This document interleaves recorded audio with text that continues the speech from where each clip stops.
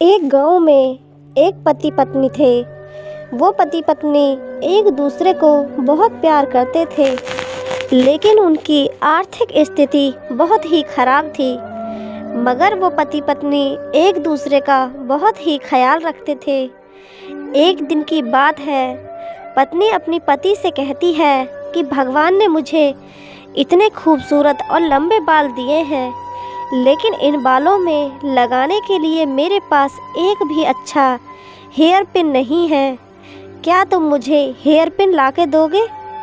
तभी पति अपनी पत्नी से कहता है कि तुम पागल हो, मेरी घड़ी की बेल्ट पिछले 10 दिनों से टूट गई है, लेकिन मेरे पास नया बेल्ट लाने के भी पैसे नहीं हैं, तो मैं तुम्हारी हेयर पिन कैसे ला सकता हूँ।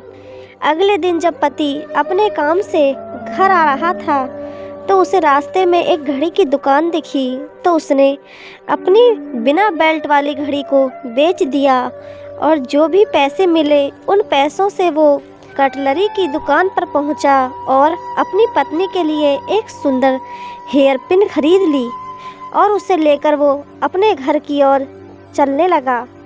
घर पहुंचकर पति ने दरवाज़ा खटखटाया। तभी पत्नी ने दरवाज़ा खोला तो पति कुछ देर तक अपनी पत्नी को देखता ही रहता है। तभी पत्नी ने अपने पति से कहा, क्या तुम भी भूत की तरह मुझे देख रहे हो? तभी पति बस इतना ही कह सका कि तुम्हारे लंबे बाल कहाँ गए?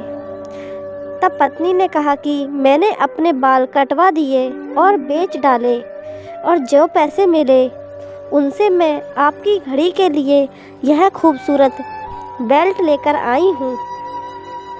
और पत्नी ने वो बेल्ट अपने पति के हाथ में रख दिया और पति ने पत्नी से कहा कि मैं इस बेल्ट का क्या करूँ? मेरे पास जो बिना बेल्ट वाली घड़ी थी उसको मैंने बेच दी, और जो पैसे मिले उनसे मैं तुम्हारे लिए यह सुंदर हेयर पिन लेकर आया हूँ।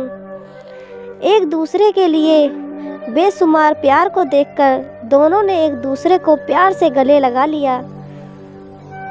दोस्तों, कहानी की सीख यह है कि जीवन में एक बात हमेशा याद रखनी चाहिए कि रिश्तों को बनाए रखने और विकसित करने के लिए हमें यह नहीं सोचना चाहिए कि दूसरा व्यक्ति मेरे लिए क्या कर सकता है, बल्कि ये सोचना चाहिए कि मैं उसके लिए क्या करता हूँ।